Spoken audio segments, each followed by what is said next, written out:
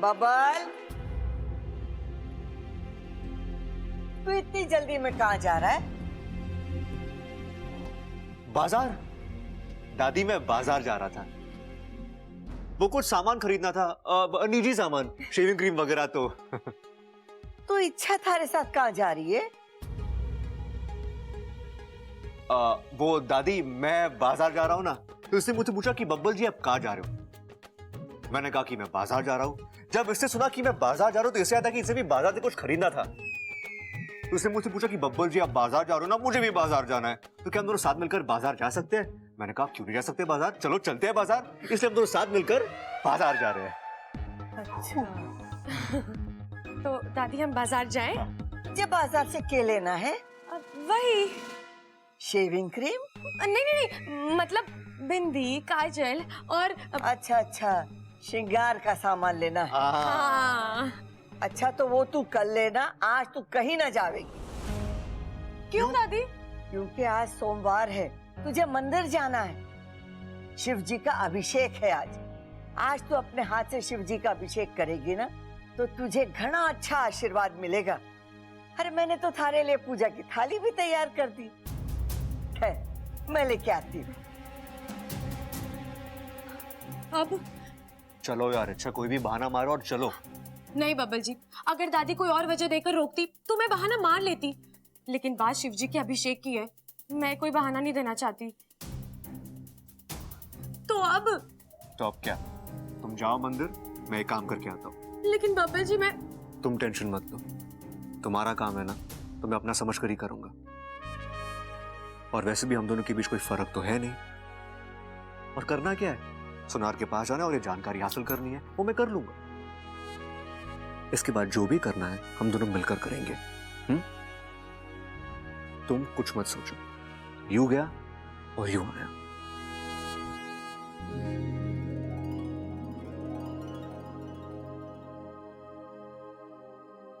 ले छोरी, पूजा की थाली। जी दादी।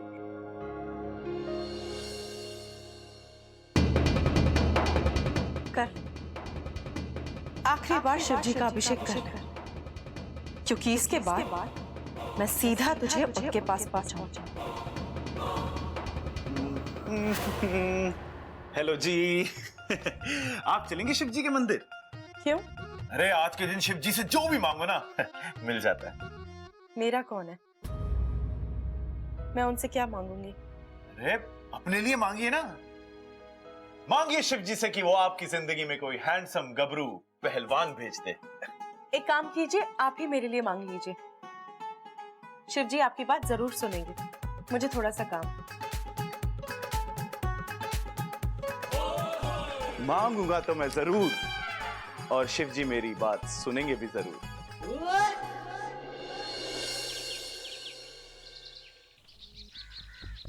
ओ भाई साहब, ये धनीराम सुनार की दुकान का है, आपको पता है? धनीराम सुनार? ये नाम तो पहली बार सुन रहा हूँ भाई साहब, मुझे नहीं पता।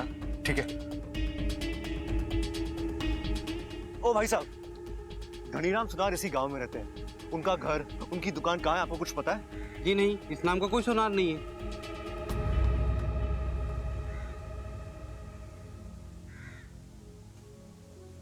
लगता किसी को ढूंढ रहे हो।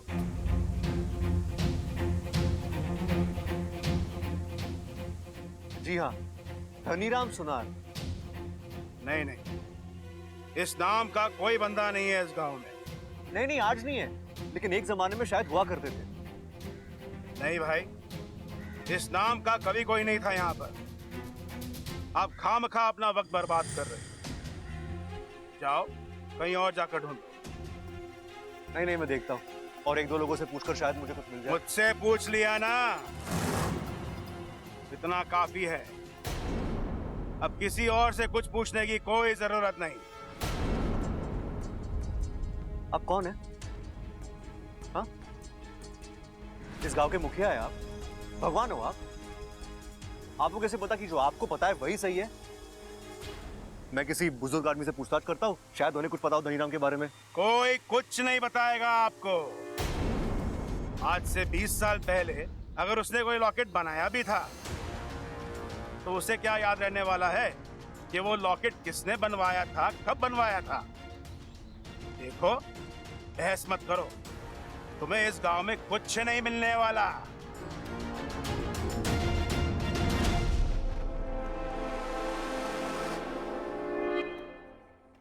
अजीब आदमी था। एक मिनट, मैंने तो उस लॉकेट का जिक्र ही नहीं किया, तो इसे कैसे पता कि मैं लॉकेट लेकर आया हूं? ए, रुको, तुमसे कुछ पूछना है मुझे, रुको। ए भाई रुको।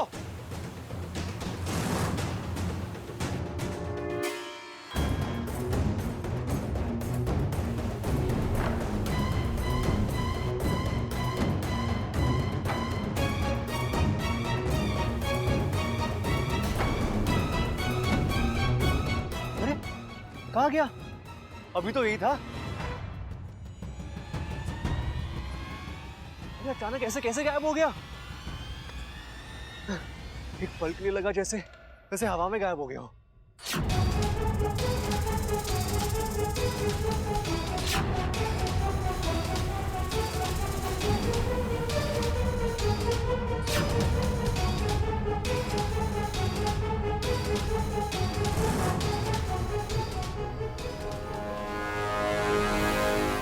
एक काम ठीक से नहीं होता इनसे।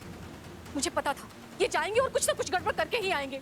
शांत हो जाओ सिप्ती, अपनी पुकार पर काबू रखो। कैसे रखूं गुरुजी? हमने उन्हें वहां इसलिए भेजा था ताकि वो जाकर बब्बल का शक दूर करें, उसे जितना हो सके उस गांव से दूर रखें। पर इन्होंने तो ठीक उल्टा किया। उस तावीज का जिक्र करके बब्बल का शक यकीन में बदल दिया। अब बब्बल जाएगा और इच्छा से कहेगा, और इच्छा समझ जाएगी कि यही वो गांव है जहां उसका राज छिपा है। अब क्या करें? कैसे रोके इच्छा को? सोचते कोई दूसरी योजना बनानी होगी।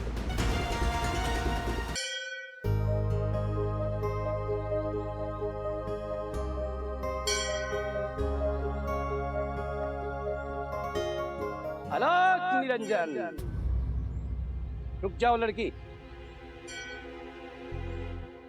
शिव जी के मंदिर आकर खाली हाथ लौट जाओगी? प्रसाद नहीं लोगी? जी प्रसाद मैंने मंदिर में ही ले लिया है। शिव जी की कृपा और शिव जी का प्रसाद जितनी बार भी मिले उसे मना नहीं करते। ये कैमूर के पहाड़ियों में बने हुए शिव जी के मंदिर का प्रसाद है। ये महाप्रत्यायकारी है। इसे खाओगी तुम्हारे मन की हर इच्छा पूरी हो जाएगी। लेकिन मैं ही क्यों? यहाँ इतने सारे लोग हैं, प्रसाद देने के लिए आपने मुझे ही क्यों चुना? मैं कौन होता हूँ तुम्हें चुनने वाला? अरे तुम्हें तो साक्षात शिव जी ने चुना है।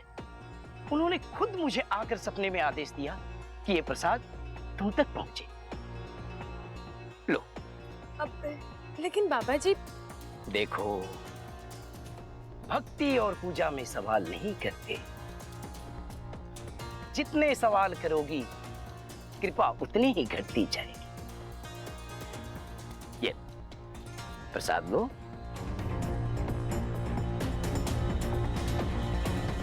और इसे खाना जरूर। शिव जी हमारे आराध्य हैं, उनका प्रसाद मैं ना खाऊं ये तो हो ही नहीं सकता।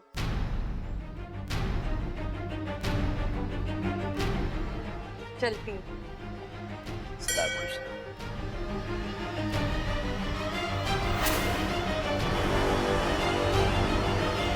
एक अच्छे नाग को फांसने का यही एक तरीका होता है।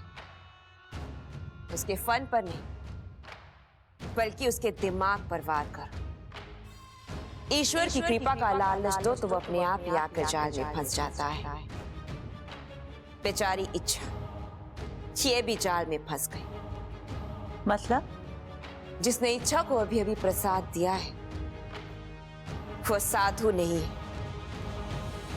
वो विषप्रीत, और उसने प्रसाद में थोड़ा सा जहर मिला दिया है। तो थोड़ा सा जहर क्यों मिलाया? ज्यादा जहर मिलाती तो। तुमने हमसे पूछा था ना कि हमने तुम्हें अभियान पर क्यों नहीं भेजा? क्योंकि तुम बहुत ही बड़ी बेवकूफ हो।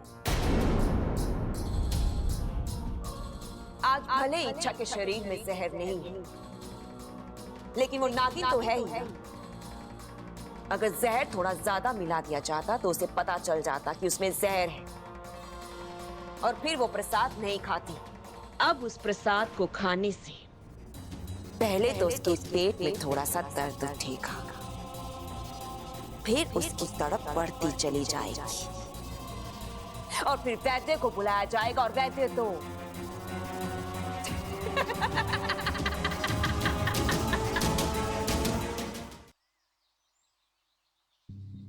भाई साहब, यहाँ पे धनीराम ज्वेलर्स है, धनीराम ज्वेलर्स। नहीं देखा सर।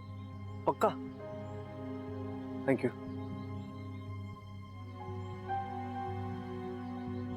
चाचा जी, यार धनीराम नाम की किसी सुनार की दुकान है? धनीराम है नहीं बेटा, एक जमाने में हुआ करता था, यही सामने ही थे। अच्छा, लेकिन अब?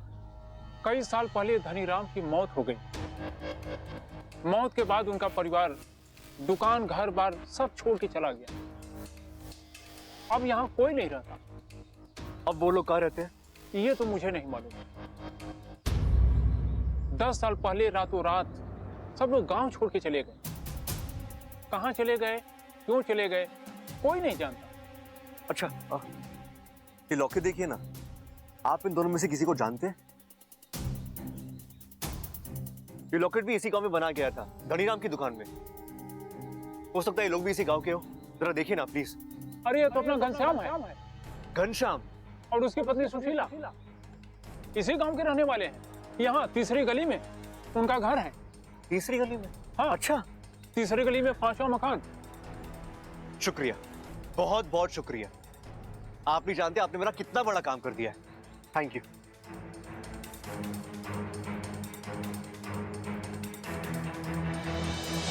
देखो अच्छा, शिव जी की कृपा, इस लॉकेट में जिनकी तस्वीर है उनका पता चल गया। अब ये लोग कौन है और उनका तुमसे क्या रिश्ता है, ये भी बहुत जल्दी पता चल ही जाएगा।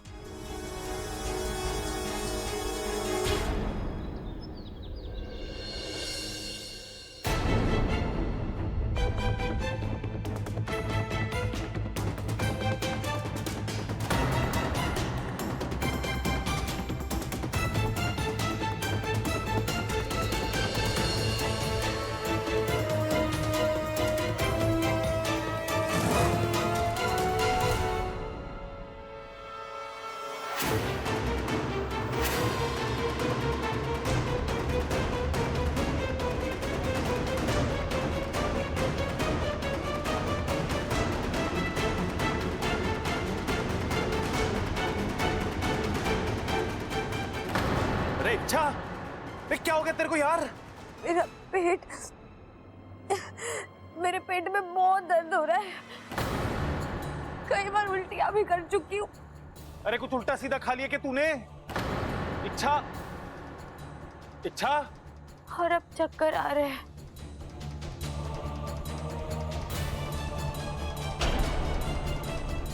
ये तो बेहोश हो गई। डॉक्टर को बुलाना पड़ेगा। जी आप? जी मैं डॉक्टर शर्मा। आपके घर में कोई इच्छा है ना? उन्होंने मुझे फोन करके बुलाया था। कह रही थी उनकी तबीयत ठीक नहीं है, उल्टियां हो रही है और चक्कर आ रहे हैं। कहाँ है वो? आइए आइए जी। ये इच्छा अभी अभी अभी बेहोश हुई है बस। मेरे को तो लगता है फूड पॉइजनिंग हो गई इसको।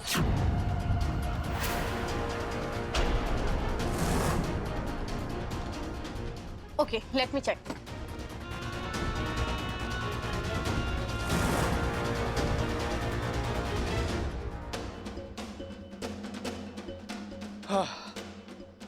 तीसरी गली 5वां घर, यही घर बताया था।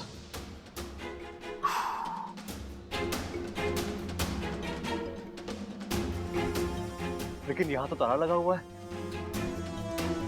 ओ भाई साहब, एक मिनट। ये घर घनश्याम जी का है? जी उन्हीं का घर है। आपको पता है वो कहाँ गए और कब तक वापस आएंगे? जी नहीं भाई साहब, घनश्याम जी से मेरी कई दिनों तक बात नहीं हुई है, तो आप किसी और से पूछ लीजिए। Thank you.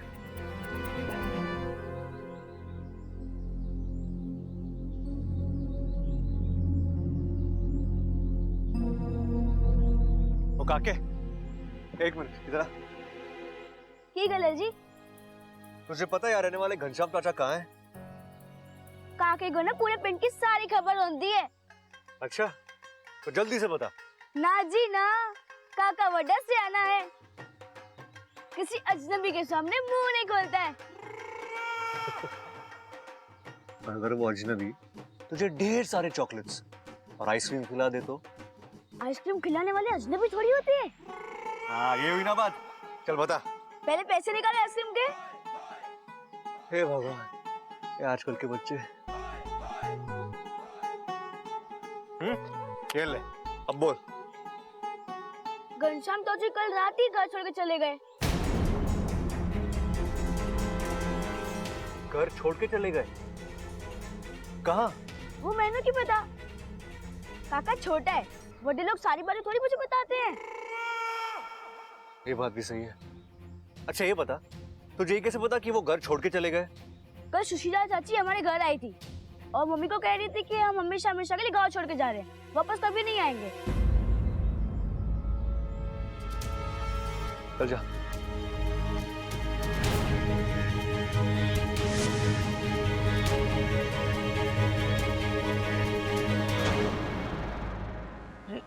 डॉक्टरनी जी, क्या हो गया छोरी को? कोई घबराने की बात तो ना है? नहीं, हल्का सा फूड पॉइजनिंग हुआ है। मैं इंजेक्शन दे देती हूँ, जल्दी ठीक हो जाएंगी। हाँ हाँ।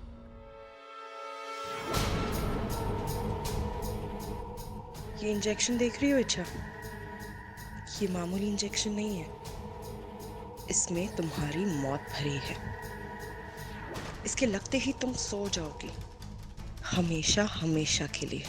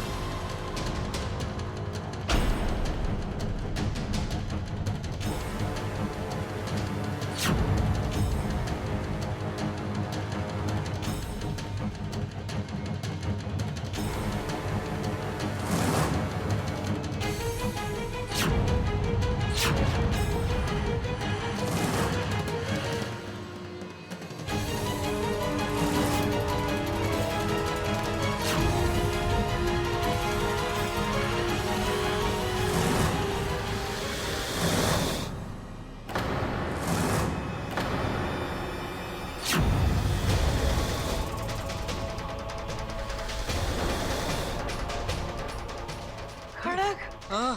देख तो कितना बड़ा नाग है। हे शिव जी, अब ये नाग कहाँ से आ गया? ये तो हमारी तरफ ही आ रहा है।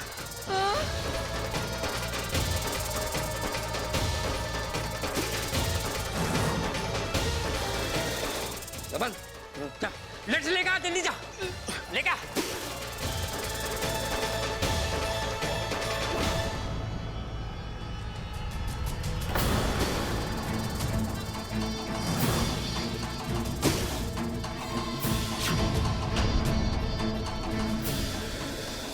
नाग यहाँ? कौन है ये और ये इतने गुस्से में क्यों है?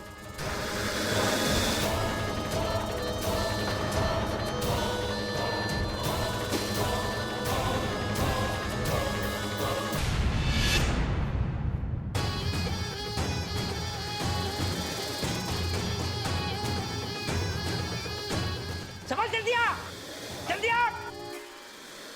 अरे डॉक्टर साहिबा, चिंता मत करो, ये नाग न बचेगा आज मेरे हाथ से। समझ में रुकिए, देखिए वो कुछ नहीं कर रहा है, आप शांति से। अरे तू क्या बात कर रही है इच्छा? इतना बड़ा नाग अपना फन उठा के खड़ा है, फुंकार मार रहा है और तू कह रही कुछ ना करेगा? इसकी तो मैं...